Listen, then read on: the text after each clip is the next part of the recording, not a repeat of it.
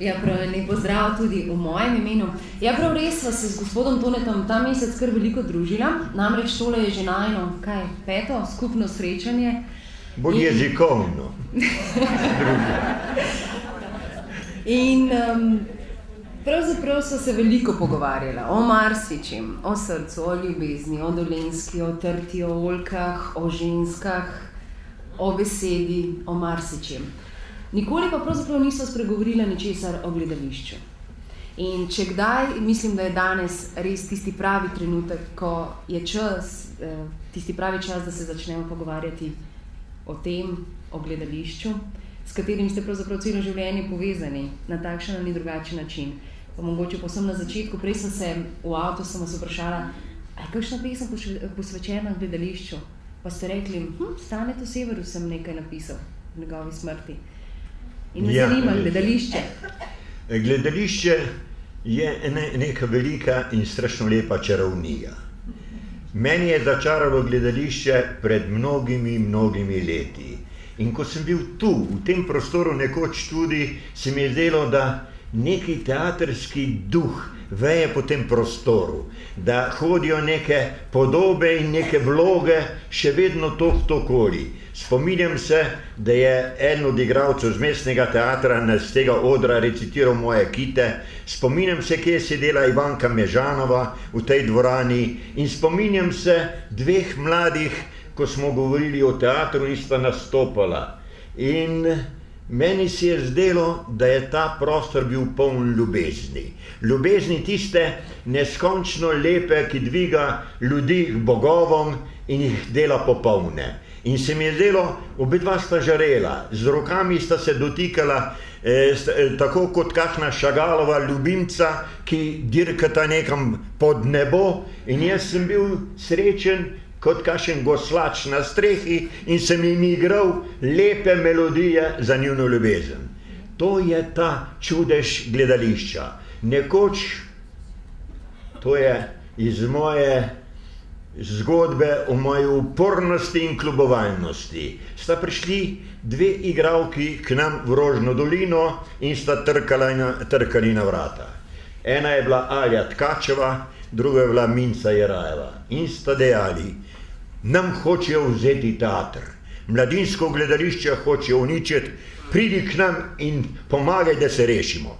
In meni je zaplala ta kljubovalnost, ta sila, teatra pa ne damo, otrokom ne moramo vzeti gledališča. In se rekel, grem. In žena je rekla, kaj boš zdaj na stara leta hodil v cirkus. Jaz sem bil takrat sorazmerno še mlad v primeri z denarnimi leti. Imel sem, kaj sve, 63 leta, ja, nisem imel še veliko, vsekakor recimo 35 let. Kaj je to? To je sama mladost. Takrat hočeš nekaj delati, nekaj živeti, takrat si še tisti, ki spreminja svet. In sem rekel, gremo v mladinski teater. In sem šel in smo imeli predstave. Prva je bila Klovn in njegov cirkus. In moje 2 otroka sta bila takrat Saška 3 leta, Marko 5. In sta hodila v teater, v mladinsko gledališče, na oder, v garderobo, v dvorano, v Klovna in njegov cirkus sta videla 25krat, ker večkrat ga nismo igrali. In je bilo tako, da sta bila obedva začarana od gledališča, jaz pa tudi. In kasneje je Saška govorila, jaz se spominjam dolgih rok Majolke Šukletova, kako je segala po nekih umišljenih, čudnih fantazijah s tistimi lepimi dolgimi rokami, kako je hodila po odru in meni je dišalo še zmerem po šminki, po vsem mogočem v tisti garderobi. Ta garderoba je bila vse. Lasorjalna, preoblačenje, šminkanje, vse je bilo na tistem majhnem prostoru. In nekoč, ker je ta teater, je bil res obsojen takrat na likvidacijo. Ljubljanski župan, Bog ve, kdo je bil tisti župan, pomislite, to je ta lepa anekdota. teater obstaja in točno vem, kaj smo počeli, za župana tistega časa se nihče več ne zmeni. To je tako, kot mi je rekla Ela Perocijeva, in tudi Elo so igrali, prav takrat, ko sem prišel v mladinsko gledališče, še Balbina igrala 2 nedelji od Ele Perocijeve. In Ela mi toži, pravi, to ne pomisli, minister za kulturo ni dal subvencije moji knjigi, moj dežnik je lahko balon. In jaz sem takrat pogruntal lep stavek. Sem rekel, Ela, ne sekiraj se. Nihče ne bo vedel čez 5 ali 10 let, kdo je bil minister, za tvojo knjigo bodo vedeli vsi otroci v Sloveniji in po svetu. In se je točno to zgodilo. Isto je bilo s tem, ko sem nasprotoval temu županu in smo delali v teatru vse mogoče. In ker je bilo treba narediti tudi še kaj drugega, takega spodbudnega, smo naredili partizanski miting. In tisti partizanski miting je bil točno tak, kot so delali v partizanih mitinge. Vse, od Lasoljarja do Gardoberka, do Mizarja, vse je šlo na oder z uniformah, ker smo se tako malo sposodili in podobno. In jaz sem napisal en politični govor za komisarja, ki ga je imel v začetku, in potem smo igrali. In smo imeli govore, in smo recitacije, in potem je bila Klopčičeva mati, z Minco Jerajevo v glavni vlogi.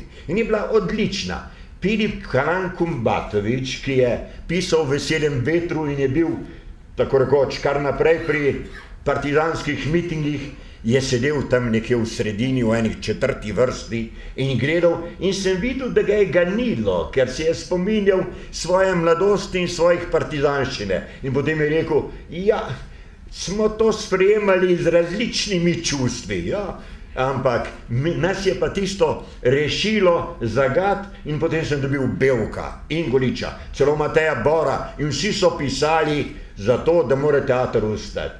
Na kar si je Bor ujezil in sem tam, ne vem kaj, sem nekaj napačno eno besedo rabil brez strečice na š. Nekaj tazga. Ena beseda je bila ne vem kaj je že bilo, in Bor napiše epigram, kako pesnik, ki vodi teater, ne pozna slovnice. In jaz sem mu napisal, le osel strešico nad mano išče, ko znano je, da nima strehe gledališče. In je molčal.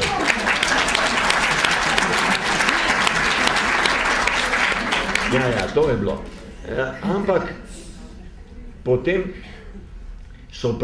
za mano je prišel Mlakar, za Mlakarjem je prišel Dominik Smole, in kar naenkrat je to gledališče postalo, tako rekoč, glavno jugoslovansko gledališče. Jaz pa revež, sem bil pa na tem, da jaz sem to delal amatersko, in sem bral literaturo, in drame, in sem štrihal kulise, in sem dobival golfov, pisal verze za popevke not v komadih. Vlado Vodopivec, Mane smo bi rekli, Marjan je bil, je pisal musko in na švert snemal na radiju. Ne bo zdaj odkrito novemu direktorju to. No in kostume je delala Kmetova, in to kašne. In sem prišla pomagati štrikati sceno Vagaja, Uroš, vsi so delali zastonj za ta teater. In smo živeli tako kot ena družina in smo ga obdržali. Vagajc gleda po noči ob 11, gledamo sceno, lučna proba za sceno. In prav Vagajc lušen, kot je bil, Tone, pa kdo je naredil to sceno, ki je tako lepa? Da je bil seveda on avtor, ne? To so take čudo božje, no. Od tega čudesa je potem seveda teater naprej obstal, jaz nisem šel več v teater, in kar mi je žal, ko mi je pisal Lojze Filipič, morda nekaj mesecev pred smrtjo, če pridem v mestno gledališče. In seveda sem vedel, da ne morem iti v gledališče, če sta obedva otroka na akademiji in podobno. Isto je bilo za dramo. In ko so me izključevali iz televizije leta 1972, češ da sem samozadosten slovenski človek in Kavčičev kadar, sem se spomnil, da sem bil enkrat pri Kavčiču. In mi je snubil, da bi šel v ljubljansko Dramo. Jaz bi šel, ne vem zakaj, za direktorja, Primož Kozak bi šel pa za umetniškega vodjo. To je bila kombinacija. S Primožem smo bila sošolca na klasični gimnaziji. Jaz sem ga celo inštruiral matematiko, ampak on je vedel veliko več drugih stvari kot jaz. No in bi šla. Primož je takrat ustrašil iti v Dramo in jaz pa nisem maral, res, takrat otrok nisem maral. In mi ni bilo nikoli žal. Nikoli mi ni bilo žal, kajti teater se mi je zdal v neki pionirski dobi skozi tisti, ki ga je bilo treba obdržati in zaživeti.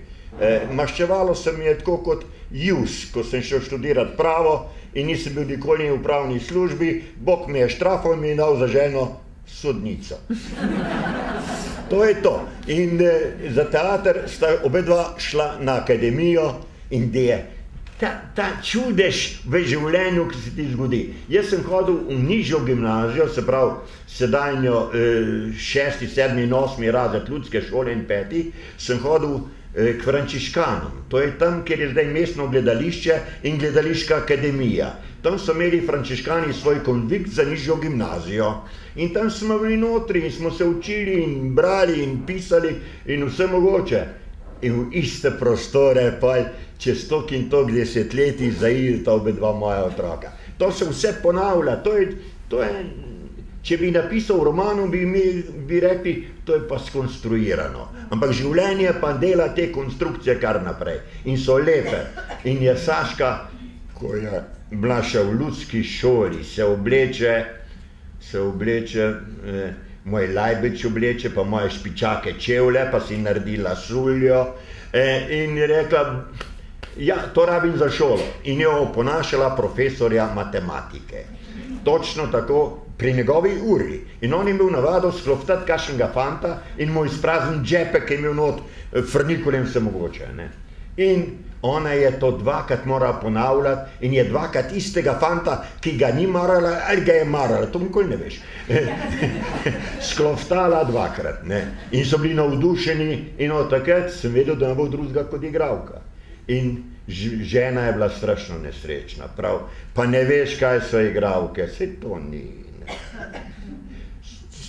In rekla, mama, pa kaj ne bom drugega? Jaz večer začnem šele živeti. Bom pa garderoberka, če ne bom drugega. No in jaz potarnam to ženino skrb Mili Kačičevi. Tudi ona je bila nazadnje tukaj gor, v tej dvorani. In pravi, to ne pustijo v teater. V vseh poklicih so ljudje nesrečni, v našem smo vsaj kdaj pa kdaj srečni. In zdaj to ugotavljam, kako je s to srečo in tista dva lepa ljubimca Šagalova v tej dvorani, ena je bila moja punca. Polno neke ljubezni, neke čustva in sem sklenil, da bi ta večer posvetili malo ljubezni. Za ljubezen ni nikoli prepozno.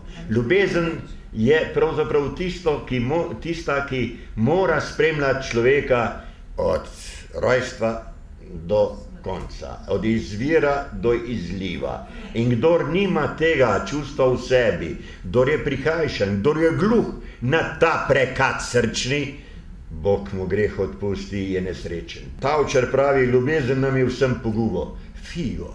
Ljubezen obrni in ti je samo v rešitev, ti je v poveličenje, ti je v lepoto, ti je v popolnost. Sej ljubiš kar naprej. Sej ni nujno, da zmeraj ljubiš samo tistega, ki je tvoj bližnji. Se lahko ljubiš tudi daljnega. In razen tega, ljubiš ptice, ljubiš morje, ljubiš naravo, ljubiš trte, ljubiš oljke. Zdaj so oljke začele zoreti, čez en teden jih bomo obirali in pa ima človek, ko obira oljke, vsaj voljne, mehke roke, prave za božanje. In potem pride žena pri teh starejših letih in jo božaš, po tistem hrapavem, nagubavem licu in ti nič ne veš, da je zgubana in da je stara. Misliš, kako lepa je bila, ko sem se prvi zagledal vanjo. In ta spomin nosiš seboj in misliš, jaz jo vidim tako, kot je bila in je ne pustim odjadrati v starost in ne dovolim in zato klečim pred tem lepim obrazom in ga molim.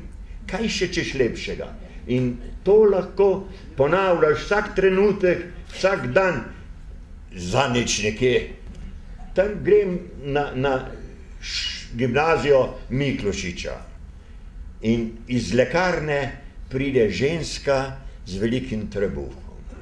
In jaz pogledam tisti trebuh in meni se odprejo nebesa, kajti v tistem trebuhu je bilo prihodno rojstvo. In ni lepše besede na tem svetu, kot je rojstvo, in ni lepšega dejstva kot rojstvo. Rojstvo besede, rojstvo ideje, rojstvo ptiča, rojstvo rastline, rojstvo človeka, rojstvo tega majhnega otroka, ki buta in hoče na svet in hoče zase sedajne in prihodne čase. In jih ima in je on sam v sebi celo vesolje. Enkraten, nič podoben nikomor drugemu, on je in on bo. In gledam tisto žensko s tem trebuhom in ga je nosila kot posvečenost pred sabo in po tihem rečem, tako kot smo včasih rekli na Dolenjskem, ko si šli mimo delavcev na njivi, budej sreče. In se mi zdi, da mora biti sreča, kajti sreča je v vsakem rojstvu. In ko se ti nekaj rodi, meni se je sin rodil za prvi dan pomladi, 21. marca. In tisti dan, zjutraj, je padal sneg. Je bil pač en tak čuden dan pomladi. In se mi zdi, da Marko ostaja mlad, pomladen, in tudi tisti, ki je pisal bi te same pesmi, pisal bi te lepe pesmi, same pesmi o ljubezni. In nobeno jih ne bi kazal, hranil bi jih notri vase, da bi žubrele, da bi plale, da bi se igrale in podobno. In zadnji vers je, rad imam sneg, ki naletava. Kako je do tega prišel, sam ne veš kako, in verjetno tudi ni vedel, da je tisto jutro, ko smo šli v bolnico z njim, da se je rodil popoldne, da je padal sneg.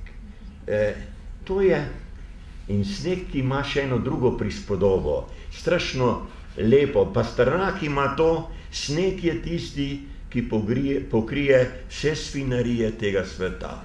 In je svet čist in lep. In moramo tazga obdržati in stremeti, da svet ostane čist in lep. In meni je ta Pasternak, potem ko je Marko umrl, se mi je zdelo, da je vsa poezija, ves svet popoln nesmisel. In sem šel in sem prevajal najtežje pesmi Pasternaka. In on verjame v poezijo. Poezija prav je kot plug, ki obrača zemljo in tisto dobro puklico od spodaj obrača navzgor, da rodi. Ali pri tebi izpod zavesti meče na dan svetle vizije in odkritja novega, najlepšega. In poezija je tisto, kar je smisel življenja. In jaz sem kar naenkrat začel ponovno verjeti preko Pasternaka v smisel poezije. In ko sem prej vse metal na papirčke in v predale razne verze, pol čez eno leto ali dve sem to odkril in je nastala dediščina. In moram reči, da je ta dediščina še zmeraj najboljše, kar sem v življenju napisal, kajti osnovni vic je bil, ali bo živel ali ne bo živel. In mi smo rojeni za življenje, vsi smo rojeni za življenje, ne za smrt, ne za vegetiranje, ne za obupavanje. Rojeni smo za to, da živimo. In ko sem nekoč otroke sprašal, zakaj kdo je na svetu, je mehen tak izpokot iz prvega razreda, zato da živimo. In meni se je zdelo to neskončno lepo. Ko smo zdaj hodili po Sloveniji, sem namenoma dal kot moto vseh teh predstavljanj novih knjig, dvorim samo eni oblasti življenju. In so rekli, a je to predvolilno geslo? Sem rekel, kakšno predvolilno? Mene volitve ne brigajo. Volitve so vsake 4 leta kot Kebrovo leto. In pri nas na Dolenjskem so zmeraj rekli, Kebrovo leto je slabo leto. Tudi volitve nikoli niso kaj prida. So kot so, pa se nekaj zamenja. Štorije pa gredo naprej v enakem tempu, ali dobro ali slabo. Samo, da pa dvori življenju, je pa večnost, je pa zunaj teh 4-letnih časov in zunaj Kebrov. Tle si pa, tako rekoč, angel gospodov, bi rekel, ali apostol, ali kakoli, ali svečenik življenja. In če imamo mi radi življenje, bo imelo življenje rado tudi nas. Zdaj sem govoril predolgo, ona ni prišla do besede.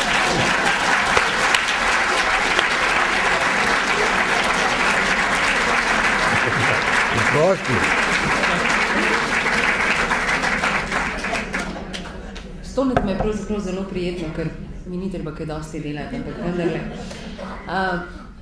Vaš čas na nek način opisujete življenje, tudi v svojih pesmih, življenje kot čudež, in tudi življenje, ki je pravzaprav najboljši scenarist in režiser.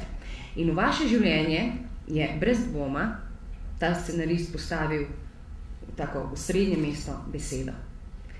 Beseda je tisti vaš izraz, ki pravzaprav živi z vami in vi z njim in vas oživlja in vi oživljate njo, besedo. In sedaj me zanima, če še za trenutek ostanemo pri gledališču. V gledališču omenjali ste kostume, šminka, vonji, pravzaprav telesno gibanje. Kakšna je vloga po vašem mnenju, sedaj tudi ko gledate svojo hči, kot odlično, izjemno igralko, ustvarjalko, gledališko in kakšna je vloga besede v gledališču po vašem mnenju? Ko je še Oton Župančič bil v ljubljanski Drami, je sedel v parterju in so igralci bili gor na odru in so vadili. In Oton je rekel, ta A ni pravilen, ta mora biti rastoč poudarek ali pa padajoč. Ta E ni točen in podobno. In je Oton točno vedel, treba je besedo negovati, ne je crkljati, kot Rusi crkljajo besede v ustih, ampak beseda mora biti polna. Pripovedovali so mi, da je Levar hodil po ljubljanskem barju in ponavljal svojo vlogo, da je na glas govoril, da se mu je artikulirala beseda, da je beseda bila polna in zvočna in celovita. Beseda, je lahko pa vse beseda in več beseda. Lahko je pa ponemarjena beseda, ki si ti izmuzne, ki ni ta prava, ki ne slišiš in te ne prizadene in te ne gre vate. Tisti čudež v gledališču je, kadar je beseda prav izgovorena, kadar je beseda polna, zvočna, imenitna in leti v dvorano in je beseda soočena z likom, ki ga človek predstavlja. In je to se zlije v eno. In je kar naenkrat ne veš, odkot ta čudež igralcu, da to zna, da to naredi na odru, ker ga poznaš, pa misliš, se je nemogoče, da bo pa to naredil. In naredi.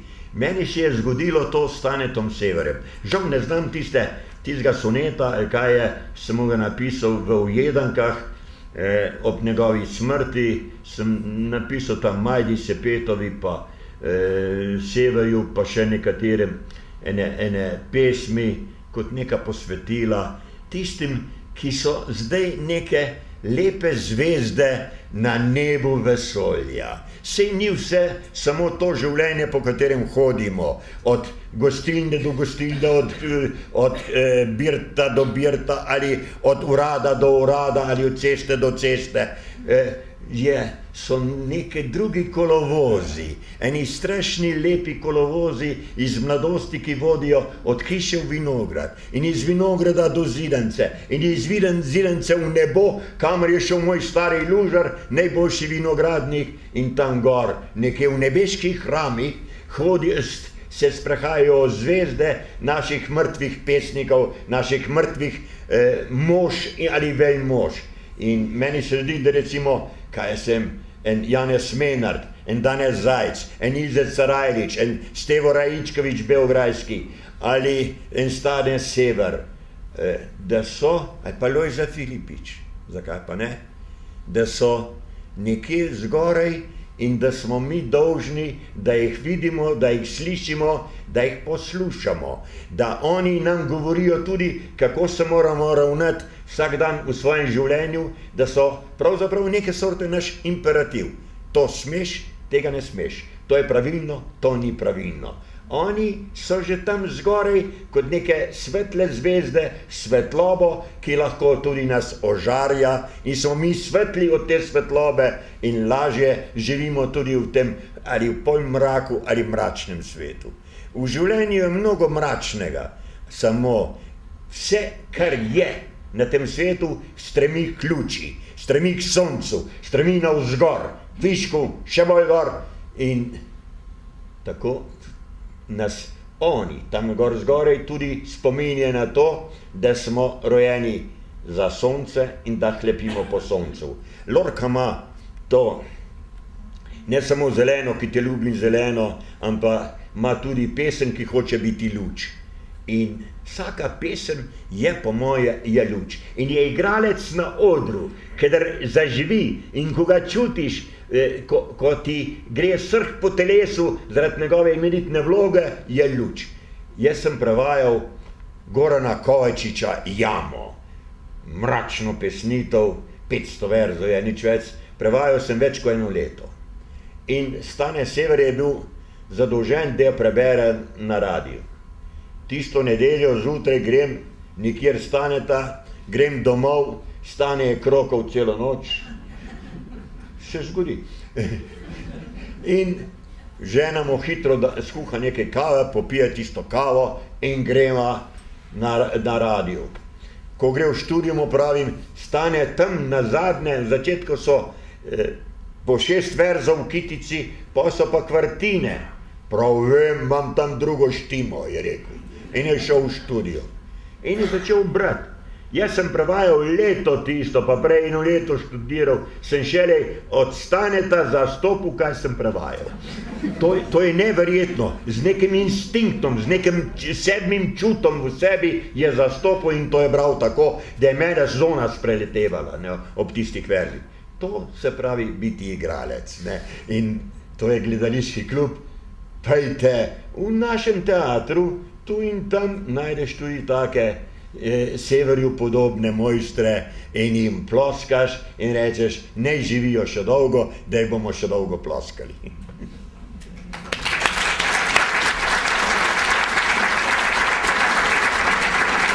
Ja.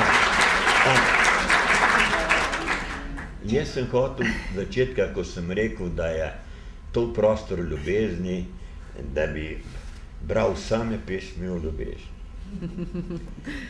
Ko sem bil prvič neskončno zaljubljen, človek je zaljubljen vse življenje.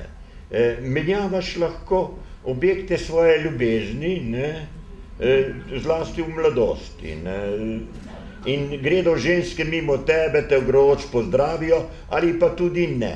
In včasih misliš, kakšna sreča, da sem jih zamudil, ali še večja, da so one mene zamudile. In je vendar vse te ljubezni, če jih ne zamažeš, če jih ohraniš v nekem lepem spominu, hodijo k tebi in so prijazne. In je to neka toplota, ki te greje na starost v kakšnih mrzlih zimskih dneh. In to je strašno lepo in prijazno. Tu je hodila neka moja sošolka, včasih v ta klub. In mi je zanč na obletnici mature rekla, Tone, ti si pisal vsak mesec drugi sošolki. Imeli smo jih 7, ne. In si rekel, ne, Elica, jaz sem pisal samo tebi. Lagal sem, ampak lepo je zvenelo. A pa je verjela Elica. In ko smo se ločila, sem dobil poljub, kar je tudi lepo zvenelo. Vidite, no, ampak ko sem bil prvič zaljubljen, je bilo tako, kot da cvete pod našo hišo lan. Ta lan smo takrat še sejali na Dolenjskem. In poleti je bilo vse plavo. To je bilo plavo polje in mesečina je sijala na talan in meni se je zdelo, zdaj bo šla deklica mimo in bo segla z lanjo v talan in bo še lepši. In je ta pesem o lanu, je ta začetek. Že dolgo je, odkar več nisem sam, odkar modrica v mojem srcu lan, odkar ga misel nate valovi, da vsak večer opojno zadiši. Nocoj si mimo mojega polja, zamišljeno vabljive sanje šla in segla je za hip cvetoči lan, trepetajoča tvoja bela dlan. In čudo glej, postila v njem je sled, vse lepše zdaj cvete, kot je popred.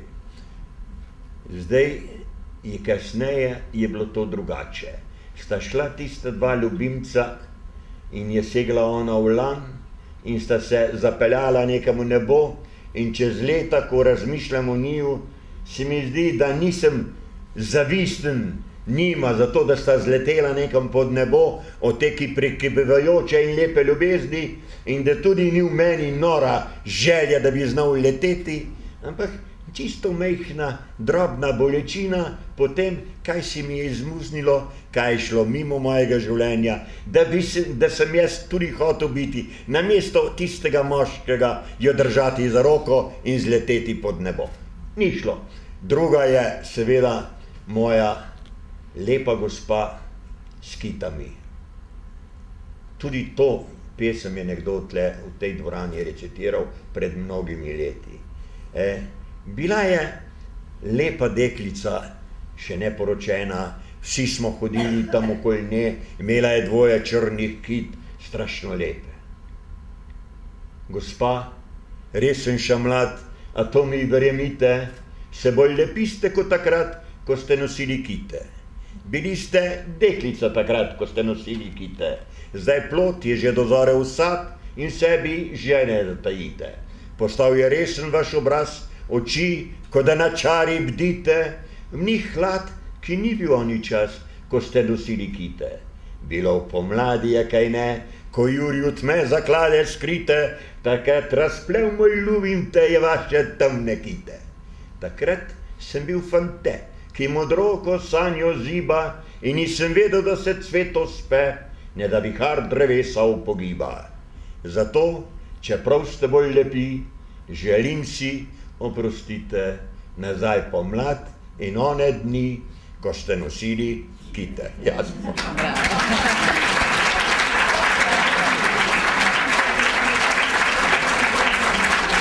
Ta gospa s kitami je žal umrla pri 30 letih.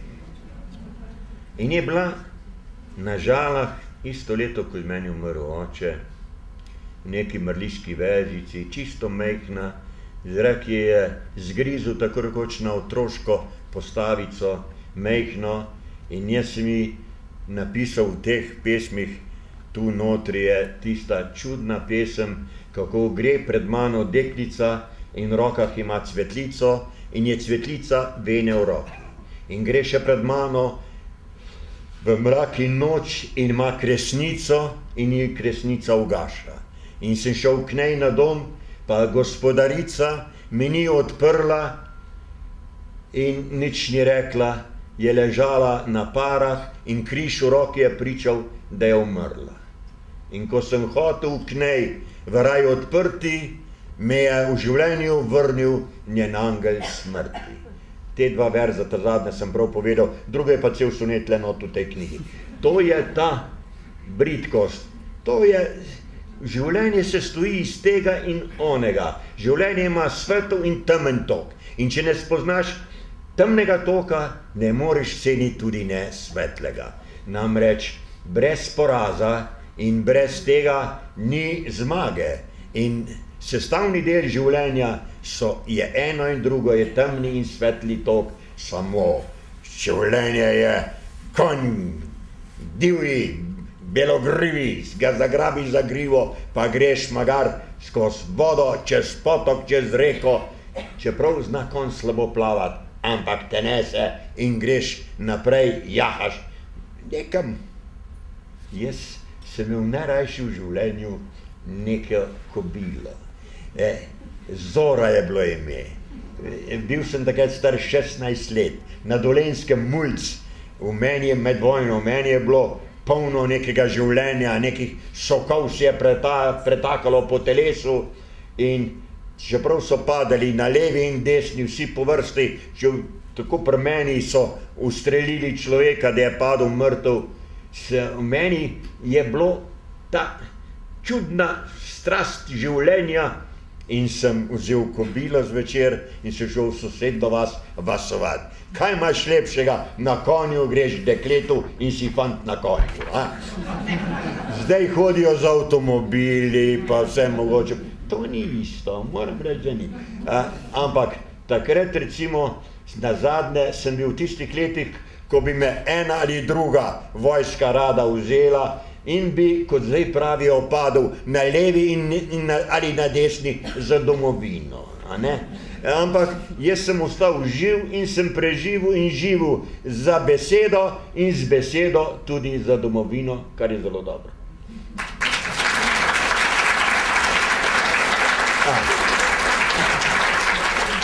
Tretja štorija o ljubezni je pa malo drugačna. Vse mogoče. Zaljubil sem se enega mehkega fantka. Fantik je bil kot rolašček, je imel take grivce, da je joj. Njegova mama je bila tudi čedna, ampak jaz sem se najprej v fantka zaljubil. Ne? In preko fantka tudi v mamo. Fantik mi je dišel po mladosti, star je bil malo več kot 1 leto, tudi je shodil, ne? In je dišel po pudru, po urinu, po vsem mogoče, po mleku, ne? In meni je bilo to strašno všeč, ti vonji, bolj kot od mame. No in preko njega, ki mi je kopacal po naročju in po vseh, sem prišel tudi do mame, seveda. No in to je bil Drejček Nejček.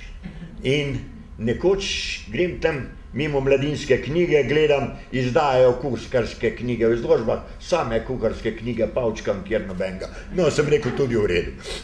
No in me en moški ustavi, prav, vas pa moram pozdraviti. Sem rekel, kako pa to? Je rekel, jaz sem Drejček Nejček. In je bil možak star 50 ali pa še več let, brez las, ne, in to, ne. Sem rekel, kako Drejček Nejček? Tisti, ki ste mu napisali pesnico Drejček Nejček. Mi rekel, no, pesnica gre takole. Drejček Nejček, mali možek, velik komaj 3 pedi. Če se cmeri, se primeri, da v solzah se izgubi. Kadar pa Andrej se smeje, zraste velik do neba, sonce jaše, duše naše, trosi čistega zlata. Potem sem napisal dostave. Zdaj Nejc je cool, brez enk in fajt, pije Red Bull in hodi v life.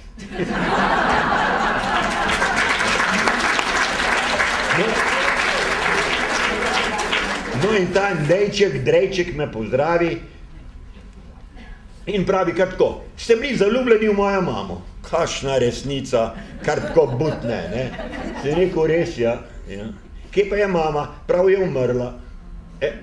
In pa še pove, da je bilo ime Ana. In meni so usojene Ane.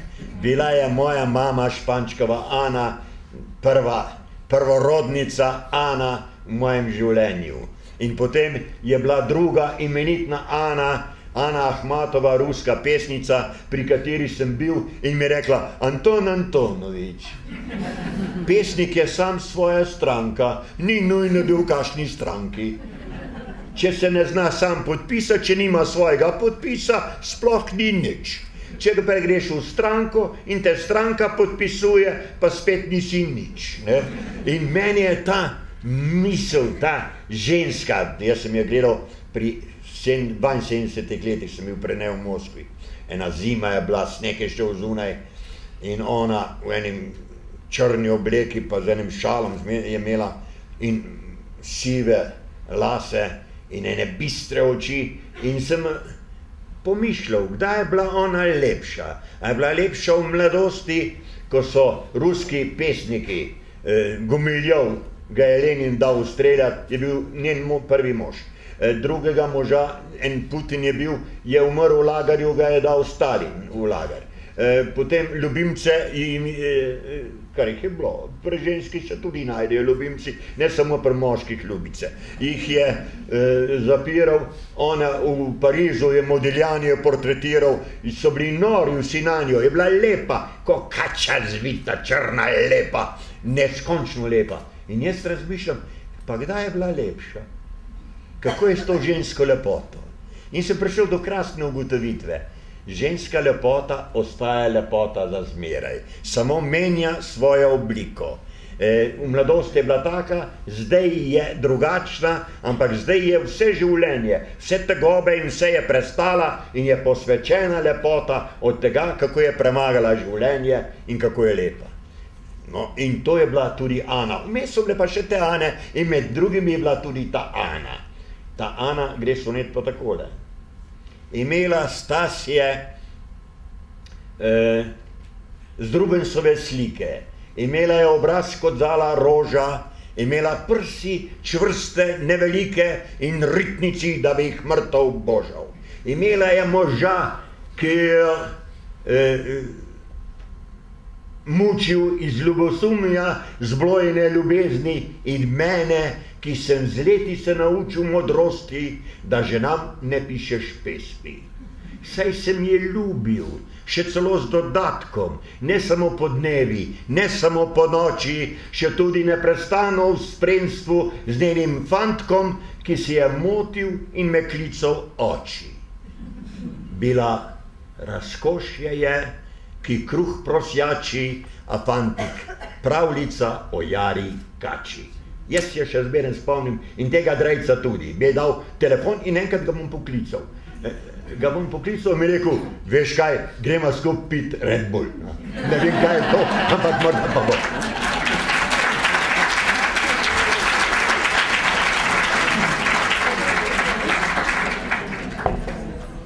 Kadarkoli v roki vzamem tole rdečo knjigo, se pri vas to nekaj zgodi. In enkrat ste mi rekli, da je to na nek način vaša najljubša knjiga in nastajala je na solinah, ki jih imate zelo radi. In vendarle tukaj ena modrost na nek način pogrne. Tukaj prvič pišete pesmi svoji ženi. Ja, res je. Se ni greh, je pa lepo. Jaz si pravzaprav ženi zmeraj mi rekla, veš kaj, poezija, to je tvoj posel. To je tvoja stvar. Jaz imam drugo. Imam otroke, imam družino, imam tebe in svojo službo. Poezija je tvoja stvar. Me ne briga. Nikoli nisem videl, da je kaj brala, ne, mojega. Šele na koncu zdaj sem videl, da je. Samo ko je šla zbirka dediščina, kjer so pesmi v najenem sinu, je rekla, ta knjiga je pa tudi moja. In mi je bilo strašno milo in prijetno in dragoceno, da je imela to knjigo, še zdaj jo ima, poleg Markotovih pesmi, vsako pesmi jo ima na Nočni omarci, obe dve knjigi. Vse so tako rekoč skoraj kot dvojčici, isto leto sta išli. Zdaj, pred zadnji knjigi, sem napisal pa kar naenkrat 3 pesmi v ženi. Ena roka, ki daje na mizo kruh in vino, je tvoja. Ne? In gre ta roka še zmeraj moja po nekih znanih delih telesa in te boža in te slavi tako kot prvikrat. In je zdaj seveda vse drugače. To je bila prva in takrat 3 sem napisal za tisto knjigo in seveda v sebi, da je v meni še cel gejzir, da je še en vodnjak vzad za temi pesmimi, samo jih nisem mogel napisati, enostavno ni šlo. Čez 3-4 leta se je odprlo dol na solinah in kaj jaz vem, neka posvečenost in se mi je prikazovala žena popolnoma z drugimi obrazi, z neko mladostno svežino in hkrati s sedajnjo resnostjo, z milino, z nekim obrazom, ki mi je ljub in drag. In ko sem to čutil v sebi, sem lahko pisal te sonete enega za drugim. In eden je tak. Pogosto sanjam, da bom šel v nebesa in te nevernico potegnil v sebi. Zato ne upepeli mi telesa, zato mi krste ne zabijaj žebli, da bom čim prej prestopil prak ločitve v deželo mrtvih, a na novo živih. Tam bom ne po milosti, ne iz molitve na strani izvoljenih, če tudi krivih. Tam te bom bolj kakor na zemlji ljubil, pred Bogom, pred Marijo, pred kerubi. In Jezus Krist, ljubezen ena sama, umel bo, da na zemlji zamujeno popraviti, želiva v raju ženo in rad bo v ljubljenju užival z nama.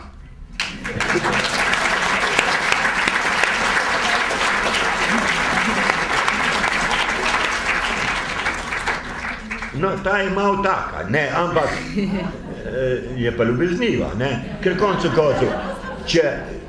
če v raju ni ljubezni, potem raj ni raj.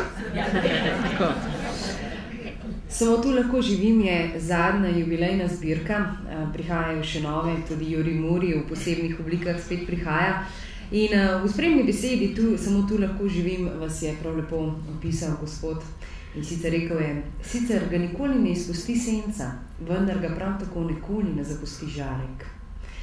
Se mi zdi, da to res velja za vas, sploh po teh dneh, tednih, ko potujem z vami po Sloveniji, ta žarek, ki je v glasu, v sleherni besedi pravzaprav, v slehernem verzu, tudi po vsem teh najinih osebnih pogovorih, v vaših nastopih, žarek, s čim ga hranite? On se hrani sam z mojo otroškostjo. Človek se ne sme postarati. Ti si lahko dolgo na svetu, ampak v tebi se neki mulj še vedno živi. In je radobeseden in radoživ in rad živi. To je tisto. In je, seveda mene otroci tega sveta ali po šolah ali kjerkoli neskončno radostijo. Hodim po šolah samo zato, da pijem iz njih to mladost, da ta mladost gre vame in da sam sem mnogo mlajši. Se je zgodilo v Prekmurju pred 5 leti lepa storija. Jaz sem bil tam za mlajše pa za ta večje, pa sem imel pa še nastop za literarno skupino, z njimi sem se pogovarjal. Drugi otroci so že šli, eni Romčki so čakali na avtobus in moja žena, ki nikoli ne mara poslušati, kaj kje govorim, kar je pametno, no in me je vzunaj tudi čakala in otročki pravijo, kaj pa ti čakaš tudi na avtobus? Ne prav, jaz pa čakam Toneta Bavčka. Je pa prava faca. A si ti njegova mama?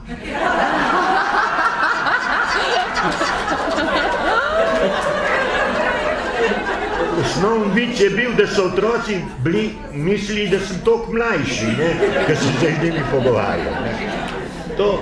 In to je ta radost tega. Kaj sem vprašala?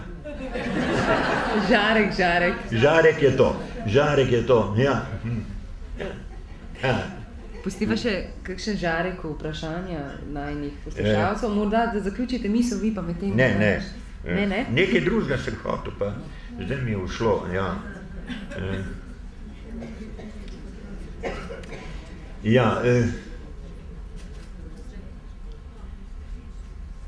Žarek.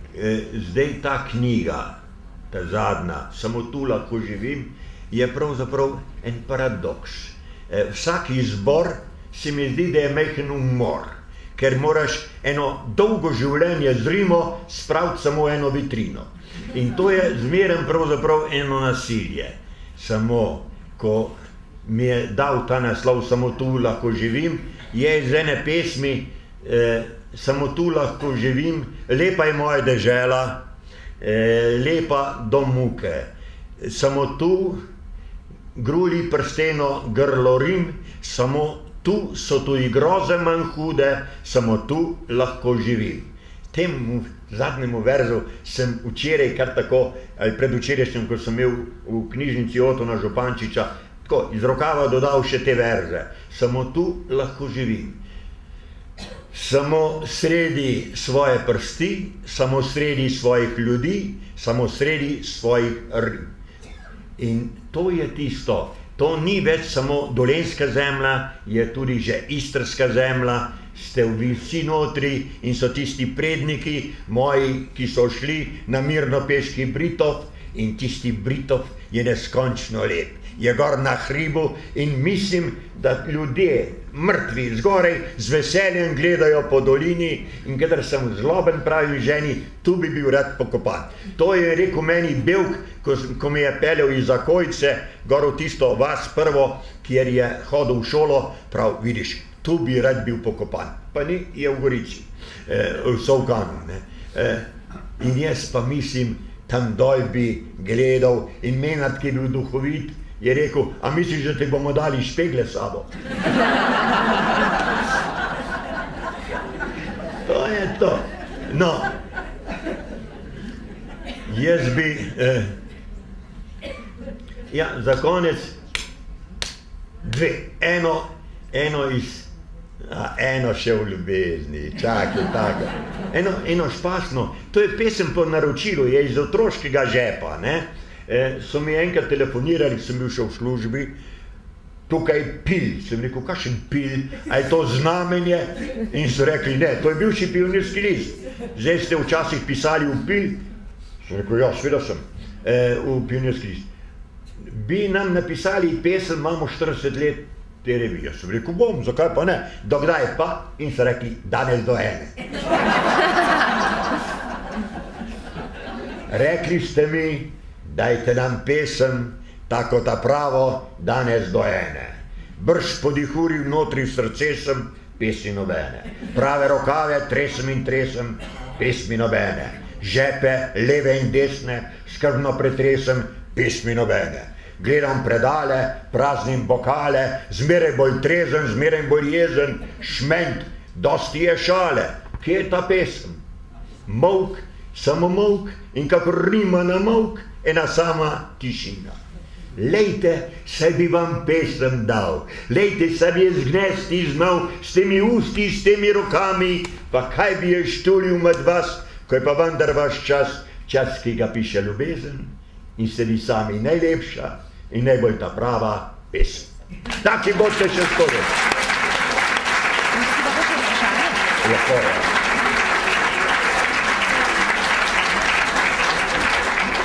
Preden bo še čisto tista zadnja, mogoče kakšno vprašanje?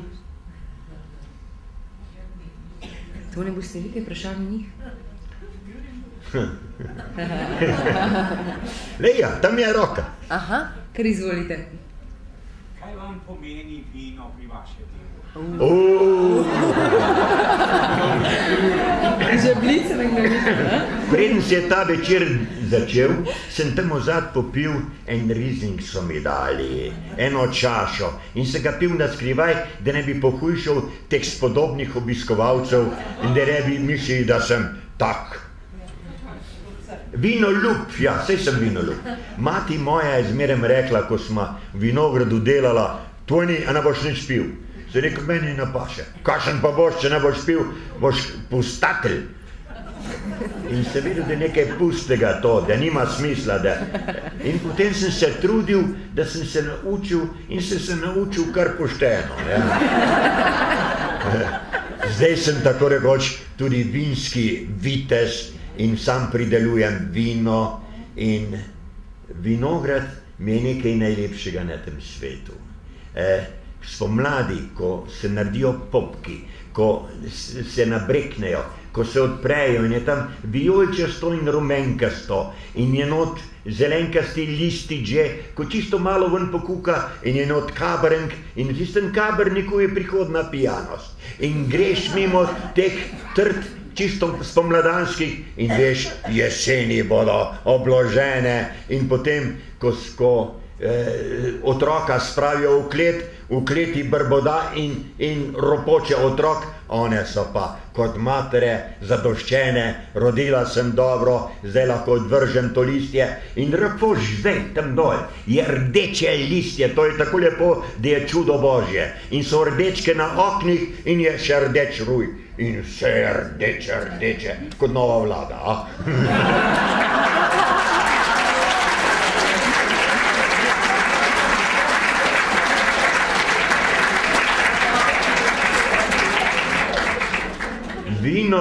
Vino je tisto, za katerega pravi Tin Ujevič, en iz najbolj znamenitih pivcev in pesnikov nekdajne države, hrvaške poezije.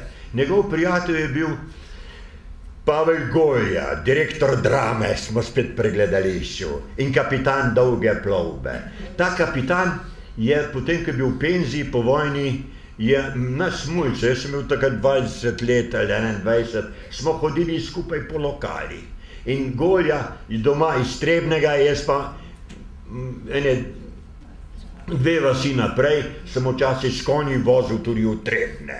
In rekel, ti moj dolenjski pop, ti ne znaš ne vina pit, ne verzov pisati. Je rekel, Pavle, pa kaj sem ti naredil? Hujše mi nisi mogel reči. In je rekel, brihtno in lepo, vse delaš prehitro, treba je delati z andahtjo.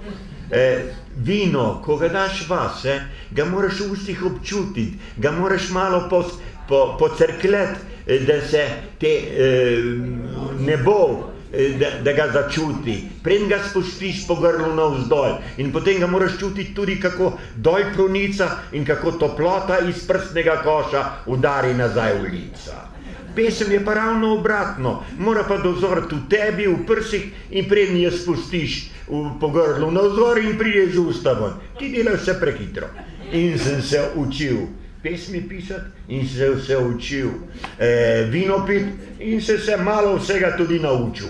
In letos, zdaj, prihodnji mesec moram napisati esej o Pavlu Golji, ker ima drugo leto ena obletnica in sem jo v Trebnjem prosili, če napišem, se rekel za Pavleta, za tistega, ki mi je učil pit in pesmi pisati, zmeraj najboljše in bom, po moje, se bom prav potrudil, ampak kadar se trudiš je slabo, boš da kar tako napišem.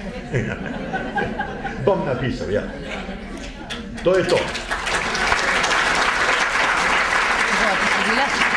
Eno pesem bom povedal.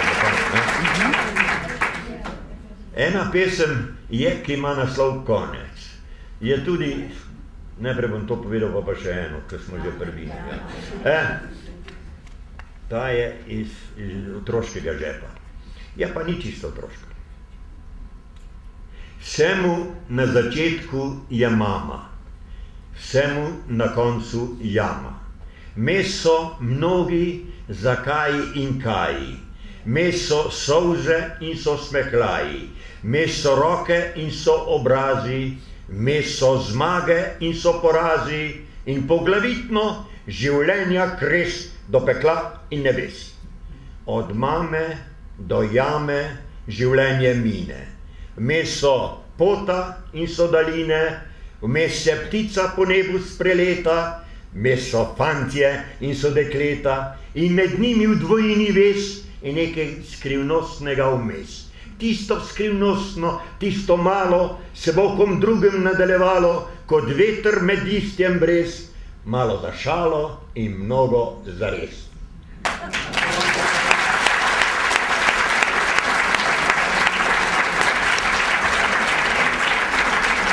Druga je pa seveda o vinu, o Refošku, ima pa seveda tako malo zakamufliran naslov Zorenje večnosti.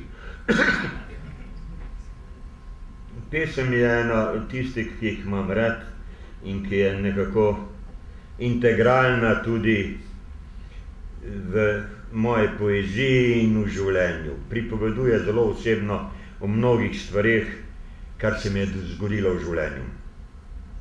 Refoš zori na oni strani hriba, na oni strani žeje, na oni strani duše. Sa topla od krvi se jagoda nagiba, če vse prestale meje, čez moče in čez suše, čez plesni in bolezni, srce v obnebje pesmi. Tako je ta pesem najprej za sina. Z njim nisva skupaj sadila refoških trt, ne pila z njih vina. Prej ga je bela vila zvabila, črno slovensko smrt. Zdaj mi z nebesnih območij 21-leten mir večnosti toči in govori o svetem. Potem je ta pivska beseda za Giovannina soseda. Ko smo v vini končala delo, je rekel daljavo zazrt: Šrtoni, zaigral bom eno veselo, za dobro življenje trd. Zdaj mi z neba igra o belih volih in črnem vinu in pravi, da smrt ne konča veselja ne vinu, ne Giovanninu. Tako je ta pesem tudi za Istro, slovensko deželo. Ne je dalo življenje glavi brnistro, za zglavje kamen, brinje na čelo, refošk kot znamenje znamen, dušo za posvečenje. Tako se po njenem ožilju napitek, ljubezni sok, bogato in v izobilju preliva iz roda v rod. Nazadnje je ta pesem še zame, grešnega sina Špančkeve Ane, dolenjske šovrinke. K njej za življenja prezrti stopam po zvezdne utrinke, ko stopam k trti, ko je režem, ko je vežem, ko ga lijem, ko ga pijem in vidim, življenje vztraja od kraja do kraja, od pekla do raja, v boštvu in boštvu in stvarnica poje Te Deum Refošku. Kajti Refoš zori na naši sončni strani, Refoš zori na naši srčni strani in spredniki je z nami, kot čudežno prabitje za pitje in za žitje. Hvala.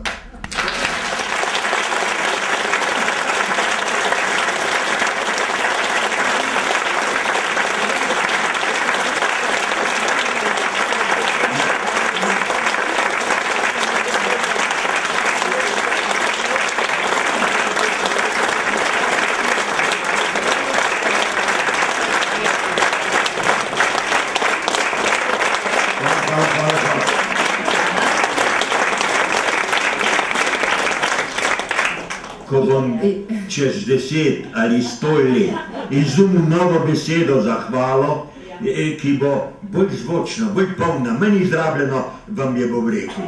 Kar pridite poslušati.